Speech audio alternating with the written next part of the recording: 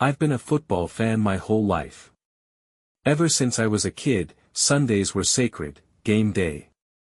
My dad took me to my first game when I was 10, and ever since, I lived and breathed football. Even played in high school, but let's be real, I was never NFL material. Fast forward to today, I'm 36, married to Jessica, and we have a pretty comfortable life. Or so I thought. Jessica always pretended to like football, but I could tell she wasn't really into it. No big deal, I didn't expect her to scream at the TV with me. But over the past few months, something changed. She suddenly became obsessed with the local high school's JV football team. At first, I didn't think much of it. She said she was just being supportive because her friend's younger brother played. Fair enough. But then, she started going to the games alone. At first, I thought she just liked the atmosphere. You know, the nostalgia of Friday night lights, the energy of the crowd. But she wasn't just watching the games, she started talking about specific players. Mostly one in particular, Dylan Carter.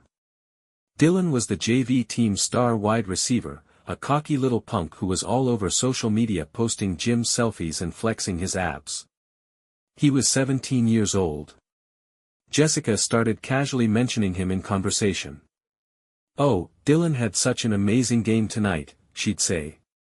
Or, "Dylan's got real potential, maybe even a college scholarship." It started to bug me. Why was my 34-year-old wife so invested in some kid's football career? Then, the little things started adding up. She was suddenly hitting the gym 5 times a week. She started wearing new clothes, buying tighter outfits, putting on makeup just to go run errands. She even dyed her hair lighter, saying she needed a fresh change. Still, I didn't think the worst. I figured maybe she was just going through some kind of midlife phase, trying to feel younger.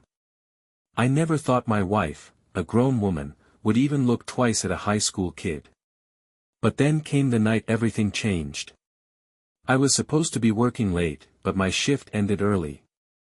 I texted Jessica, but she didn't respond. Not unusual, she'd been busy a lot lately. So I drove home, looking forward to just unwinding. I walked in the door, and right away, I noticed her phone sitting on the couch. Jessica never left her phone behind.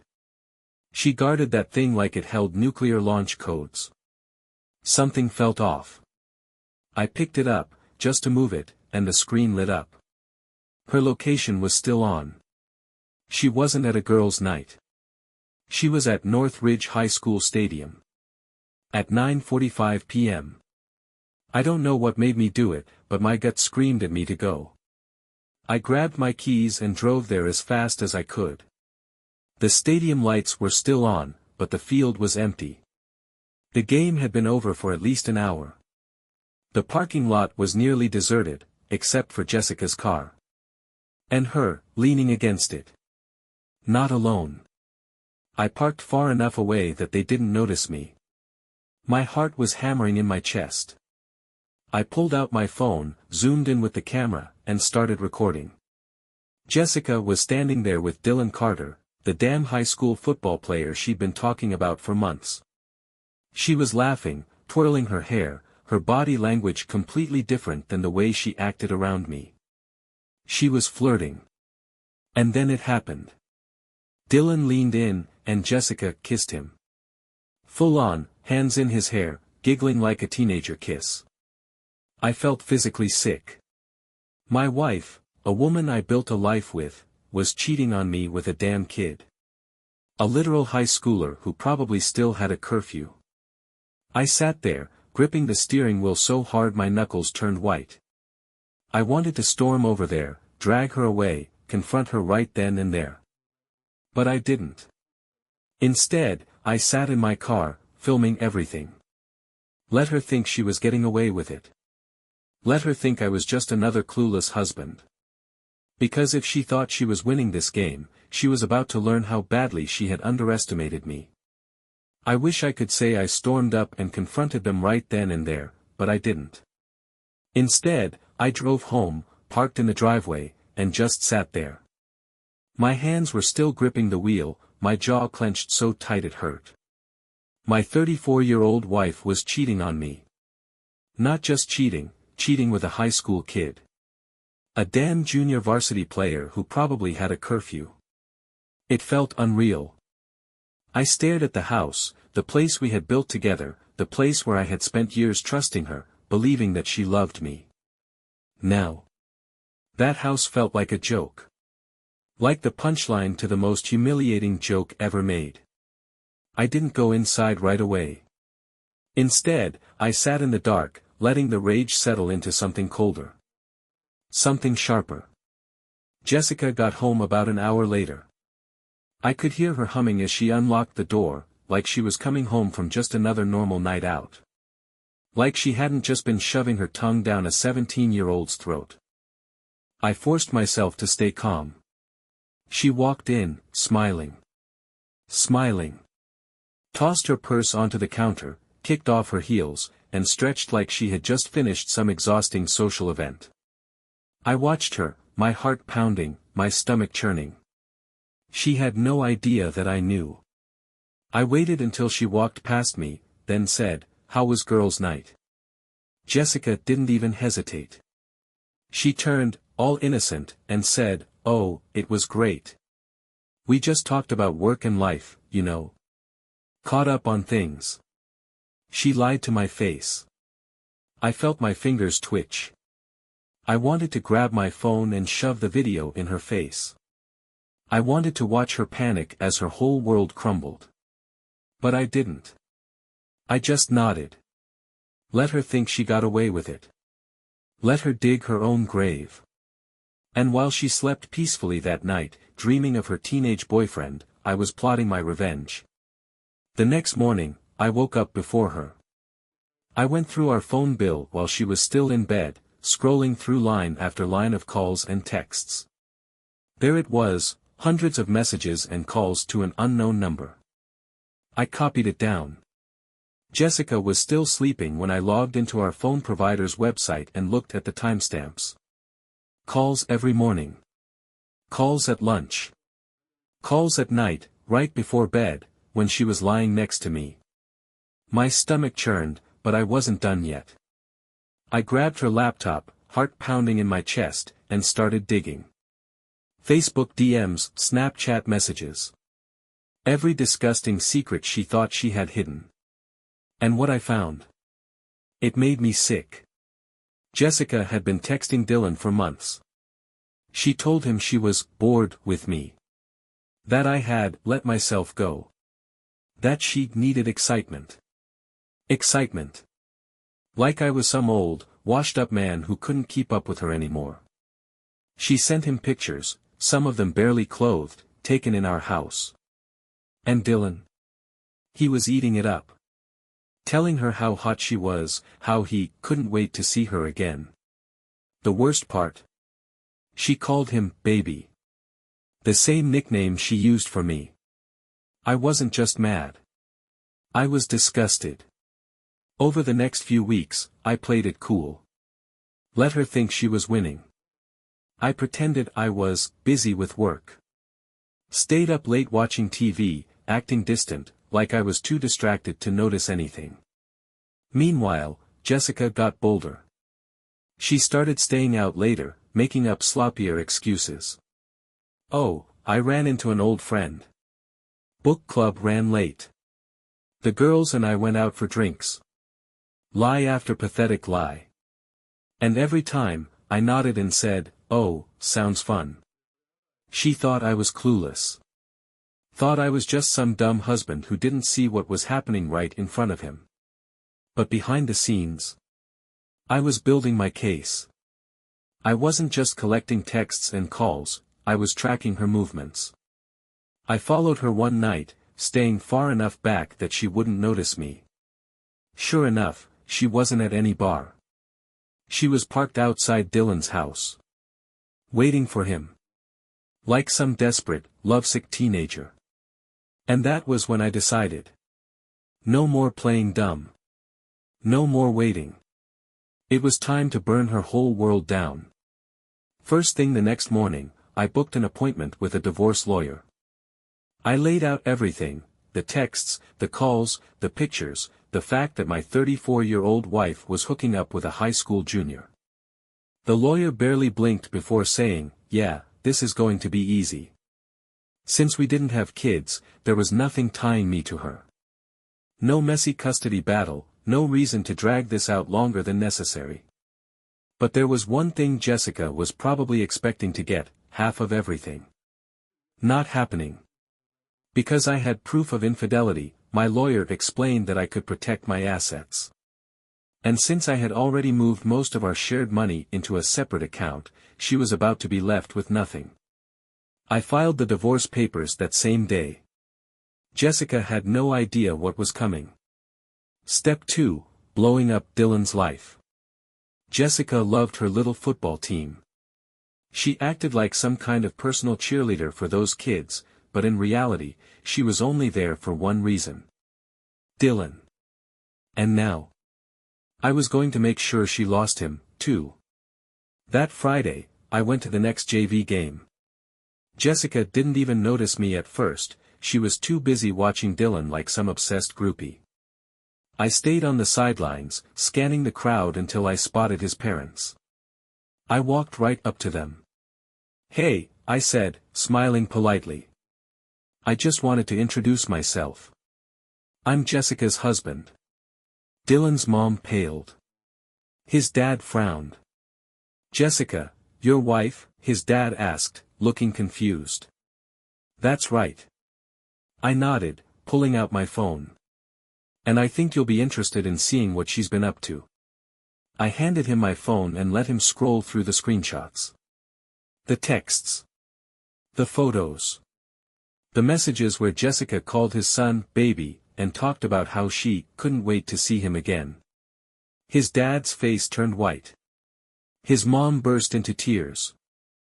"Are you telling me," his father said slowly, voice shaking, "that my son has been involved with a married woman?"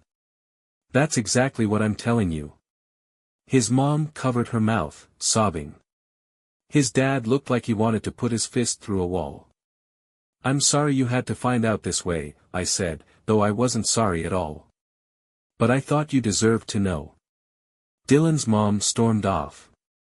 His dad followed, looking like he was ready to kill someone. Me? I just smiled. Step 2, complete. Step 3, the fallout. The next morning, I woke up to chaos. Jessica's phone was blowing up. Notifications kept flashing across the screen, messages from her friends, from Dylan's parents. She ran out of the bedroom, barefoot, gripping her phone like it was a bomb that had just gone off in her hands. "Oh my God," she kept muttering, scrolling through her texts. "What's happening? What's happening?" I sat at the kitchen table, sipping my coffee. "Something wrong?" I asked. She whirled around, eyes wide. "Dylan, his parents, they found out. They're threatening to go to the police. His coach just kicked him off the team." I took another sip of coffee. "Huh," I said. "That's crazy." Jessica looked like she was going to throw up. "Matt," she whispered, her voice shaking. Did you do something?" I finally set my cup down and looked her dead in the eyes. "Don't worry, babe," I said with a slow, cold smile. "I already fixed it."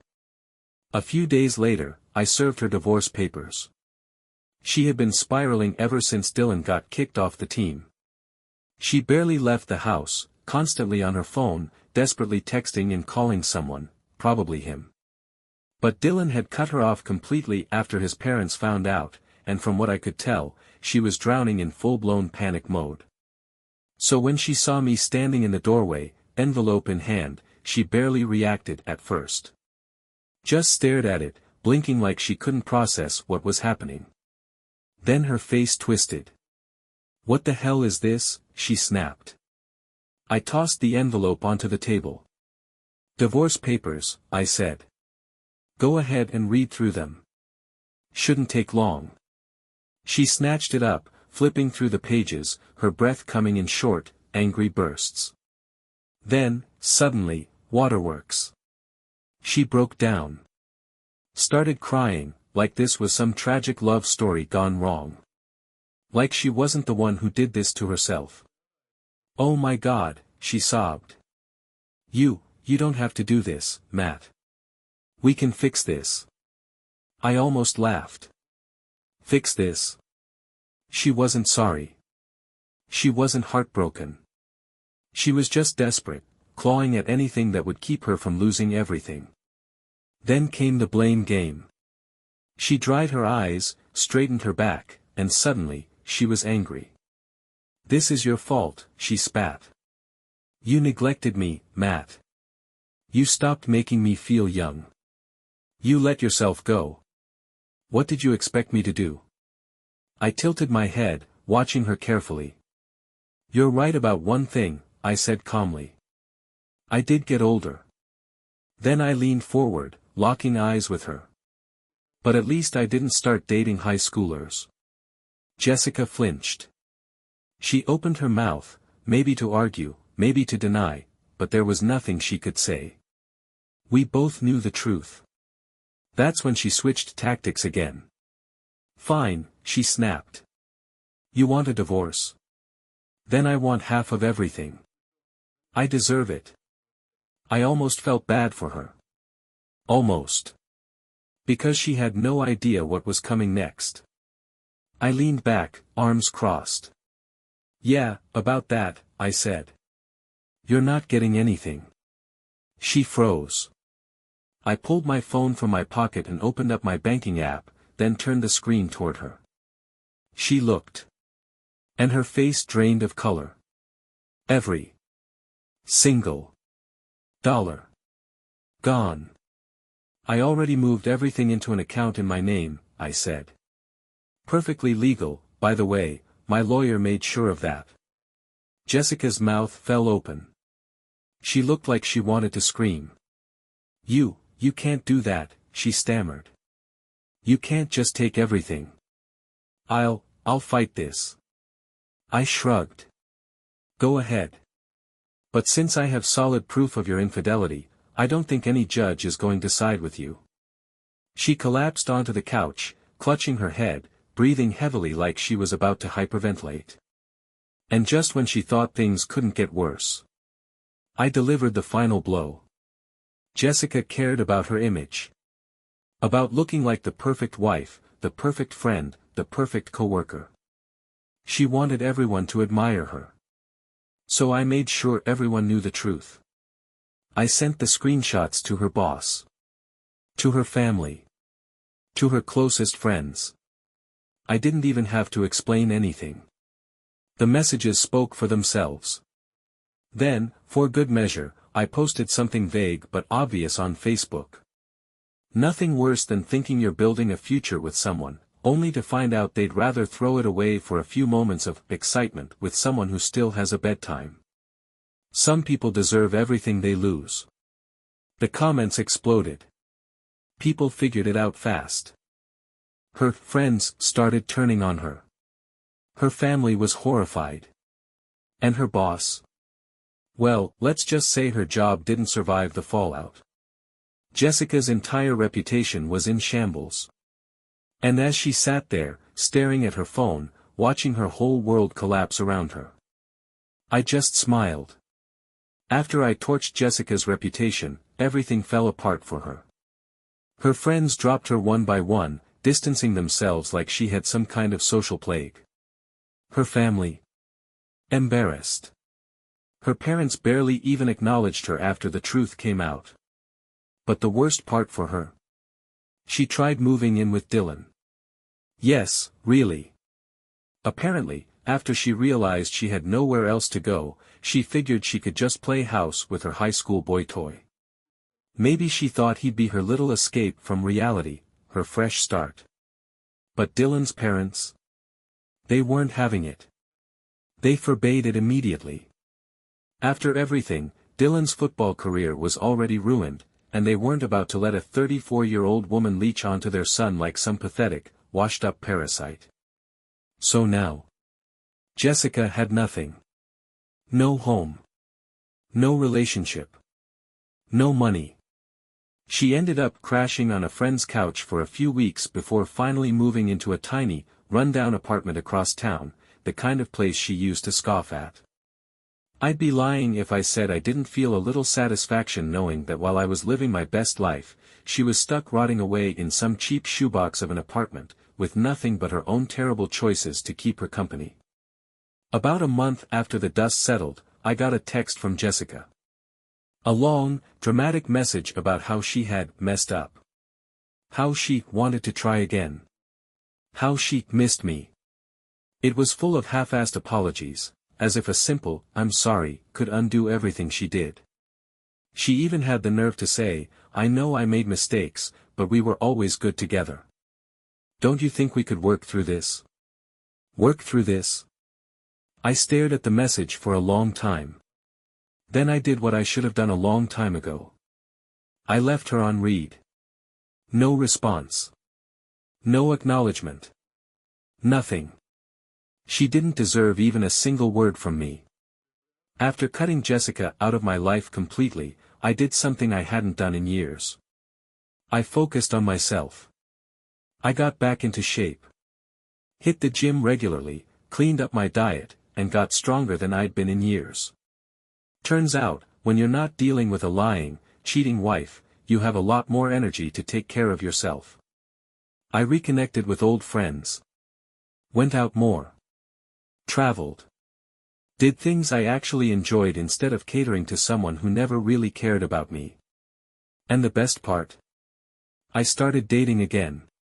Turns out, there are plenty of amazing women out there, women who actually prefer grown men over high school boys. Who would have thought? Jessica, on the other hand? Well, let's just say she didn't learn her lesson. I didn't bother keeping up with Jessica, but word gets around. Last I heard, she tried dating another younger guy. Apparently, she latched onto some college freshman, probably because he was the only one dumb enough to fall for her sob story. But, surprise, surprise, his parents found out. And this time, they called the cops. Now, I don't know exactly what happened, but from what I heard, the guy's family wasn't playing around. They made it very clear that if Jessica didn't back off immediately, they'd press charges. So, yeah. Not only did she lose her marriage, her home, her money, and her reputation, she also managed to wreck her own dating life, too. Some people just never learn. I don't think about Jessica much anymore. She's just a bad memory now, a reminder of what I'll never tolerate again. I've moved on. I'm happier, healthier, and living life on my terms. And her? Well, she made her bed. Now she gets to lie in it.